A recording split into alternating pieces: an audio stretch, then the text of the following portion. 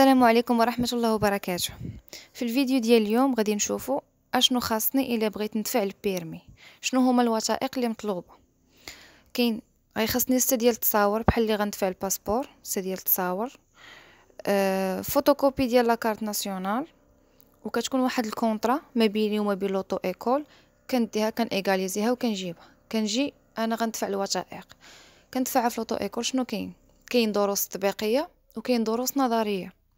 بالنسبه للدروس النظريه كيكون السلاسل وكيكون المحاور، وفي التطبيقي راه كيكون كيفاش تزيد القدام، كيفاش ترجع للور، كيفاش دير الدوره الشرفيه والكراج ستاسيونمون الى اخره.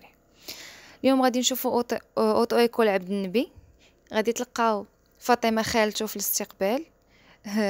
خالتي فاطمه اسم على مسمى، حيت كتحس بها بحال خالتك وما كتبخل عليك بحتى شي معلومه، يعني كتكون معاك طيله لا فورماسيون. السلام عليكم، بسم الله الرحمن الرحيم. مرحبا بكم عندنا في سياره تعليم عبد النبي.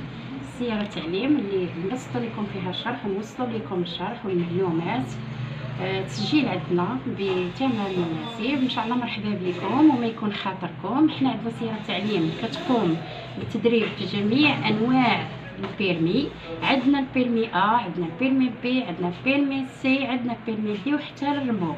مرحبا بكم رجال نساء ورجال، اطفال ذكورا واناثا. مرحبا بكم. الوثائق المطلوبه بالنسبه للمرشحين الجدد كنطلبوا عندنا واحد الفيش ديال لانسكريبسيون كنقيدوا فيه المعلومات، نطلبوا منكم فيها الصور، وكنطلبوا فوتوكوبي لاكارت ناسيونال ديال المرشح.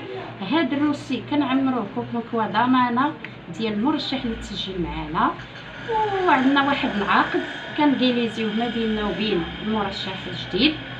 بالنسبه للشرح انا سميتو في الخدمه صباحا ومساء.